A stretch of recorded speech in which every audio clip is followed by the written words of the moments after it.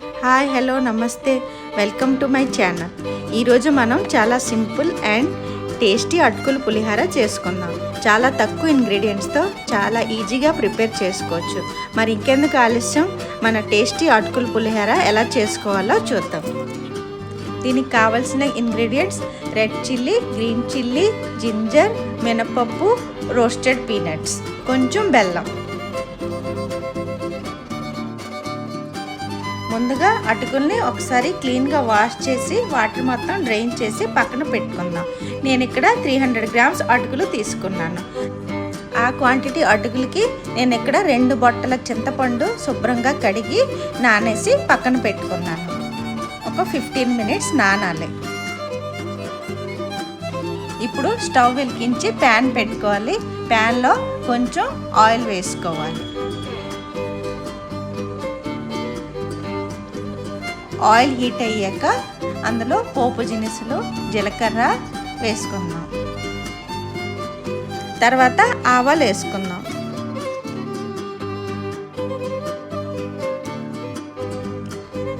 ఇప్పుడు ఒక pinch of hinge add చేశాను.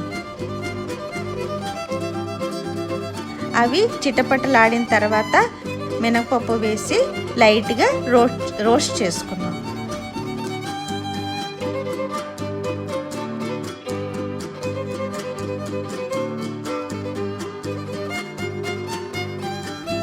మినపప్పు కొంచెం వేగాక ఈ స్టేజ్లో వేయించి పక్కన పెట్టుకున్న పల్లీలు వేసుకున్నాం. ఆ రెండు కలిపి బాగా ఏగనివ్వాలి. అవి గోల్డెన్ బ్రౌన్ కలర్ వచ్చే వరకు వెయిట్ చేయాలి. ఇప్పుడు చిన్న చిన్న ముక్కలుగా కట్ చేసుకున్న అల్లం ముక్కలు వేసుకుందాం.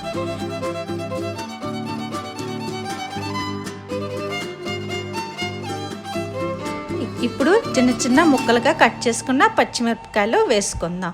నేను ఇక్కడ 6 మీడియం సైజ్ పచ్చిమిరపకాయలు వేసుకున్నాను. మీకు ఇంకా స్పైసీ కావాలంటే మరి కొంచెం ఎక్కువ వేసుకోవచ్చు. ఇప్పుడు ఎండుమిరపకాయలు వేసుకుందాం.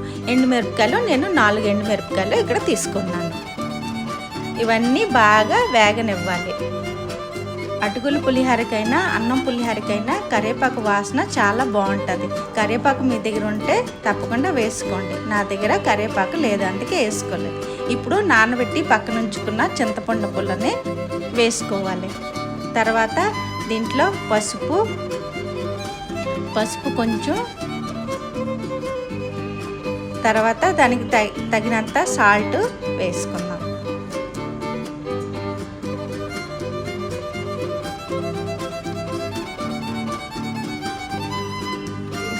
ఈ రసం అంతా బాగా ఉడికొచ్చినప్పుడు కొంచెం అంతా బెల్లం వేసుకున్నాను. ఎక్కువ వేసుకోకూడదు, కొంచెం వేసుకోవాలి. అది చింతపండు వెగటిని కట్ చేస్తుంది.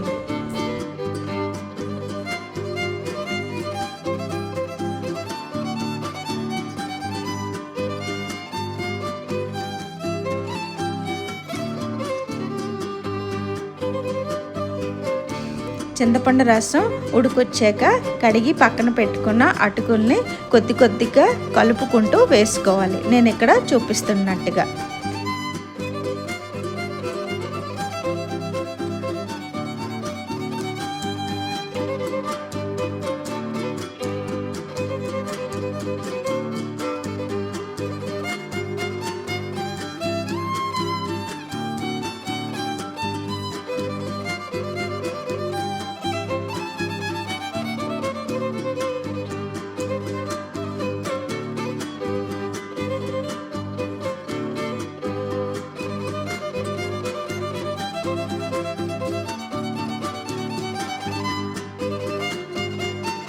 అటుకులన్నీ వేసాక బాగా కలిపి మూత పెట్టుకోవాలి. దానివల్ల చింతపండు రసం అనేది అటుకులకి బాగా పడుతుంది. మూత పెట్టి 10 మినిట్స్ బాగా మగ్గనివ్వాలి. అటుకులు మెత్తగా అవుతూ టామరిన్ ఫ్లేవర్ అంతా బాగా అబ్జర్వ్ అవ్వాలి. ఇలా జెంటల్గా మిక్స్ చేస్తే మన పులిహార చక్కగా రెడీ అవుతుంది. ఇప్పుడు మన టేస్టీ ట్యాంగీ ఫ్లేవర్ఫుల్ అటుకుల పులిహార రెడీ. ఇది పిల్లలకి లంచ్ బాక్స్కి, టిఫిన్ బాక్స్కి చాలా బాగుంటుంది. చాలా ఈజీగా చాలా టేస్టీగా ఉండే ఈ రెసిపీని మీరు కూడా తప్పకుండా ట్రై చేయండి. మీరు కూడా అటుకుల పులిహార ఇలానే చేస్తారా? చేసి చూస్తే ఎలా వచ్చిందో నాకు కామెంట్లో చెప్పండి. మీ ఫ్రెండ్స్ అండ్ ఫ్యామిలీస్తో షేర్ చేయడం మాత్రం మర్చిపోవద్దు. ఇలాంటి మరిన్ని టేస్టీ రెసిపీస్ కోసం నా ఛానల్ని సబ్స్క్రైబ్ చేయండి. నమస్తే.